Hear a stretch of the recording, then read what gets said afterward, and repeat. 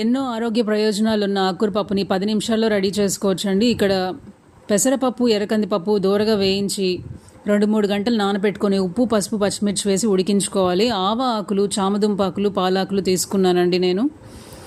పప్పు ఉడికిపోయింది. ఇక్కడ మనము ఆయిల్తో పనిలేని పోపులు పెట్టి యూస్ చేసి వేయించిన ఆవాలు, జీలకర్ర, వేయించి కట్ చేసిన ఎండుమిర్చి వేసుకుంటున్నానండి. ఆయిల్ అవసరం లేదు ఇక్కడ సన్నగా తరిగిన వెల్లుల్లి, కరివేపాకు, టొమాటోస్ వేసుకున్నానండి. కరివేపాకు అన్నీ వేసేసాను, అన్నీ కలుపుతున్నాను.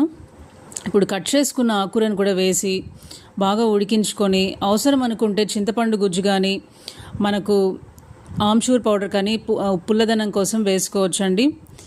సో ఎంతో కమ్మటి ఆకుకూర పప్పు అయితే రెడీ అయిపోయింది. ఎన్నో ఆరోగ్య ప్రయోజనాలు ఉన్నాయండి. మన ఛానల్ దివ్యామృతంలో జీరో ఆయిల్ రెసిపీస్ చాలా ఉన్నాయండి.